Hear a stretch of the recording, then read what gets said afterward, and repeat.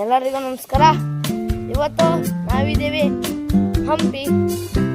ಇವಾಗ ಹಂಪಿಲಿ ನಾವು ಈ ಆನೆ ಎಲ್ಲ ನಾವು ಕಟ್ಟಾಕ್ತಿದ್ವಲ್ಲ, ಈ ದಸರಾ ಅಂದರೆ ಫಸ್ಟ್ ಇಲ್ಲೇ ದಸರಾ ನಡೀತಿತ್ತು, ಆಮೇಲೆ ಸೆಕೆಂಡು ಇದರಲ್ಲಿ ಮೈಸೂರಲ್ಲಿ.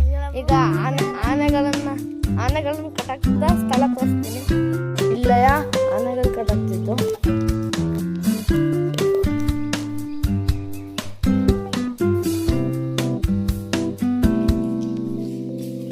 ಇದ್ರಲ್ಲಿ ಇನ್ನೊಂದು ವಿಶೇಷ ಏನು ಗೊತ್ತಾ, ಇದ್ರಲ್ಲಿ 11 ಇವೆ.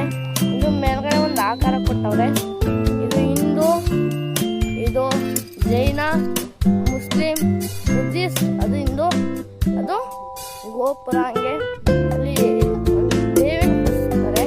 ಆ ದೇವಿನ ಇಲ್ಲಿಂದ ಆ ವಿರೂಪಾಕ್ಷ ದೇವಸ್ಥಾನ ಗಂಟ ಮೆರವಣಿಗೆ.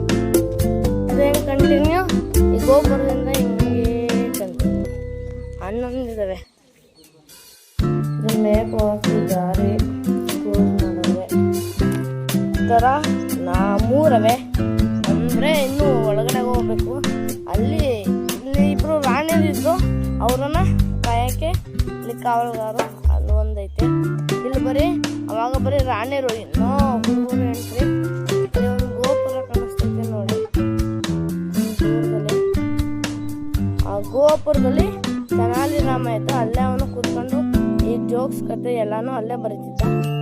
ಅಲ್ಲಿಂದ ಬಂದು ಇಲ್ಲಿ ರಾಣಿಯವ್ರಿಗೆ ಎಲ್ಲಾನು ಹೇಳ್ತಿದ್ದ. ನಮ್ಮ ಜೊತೆ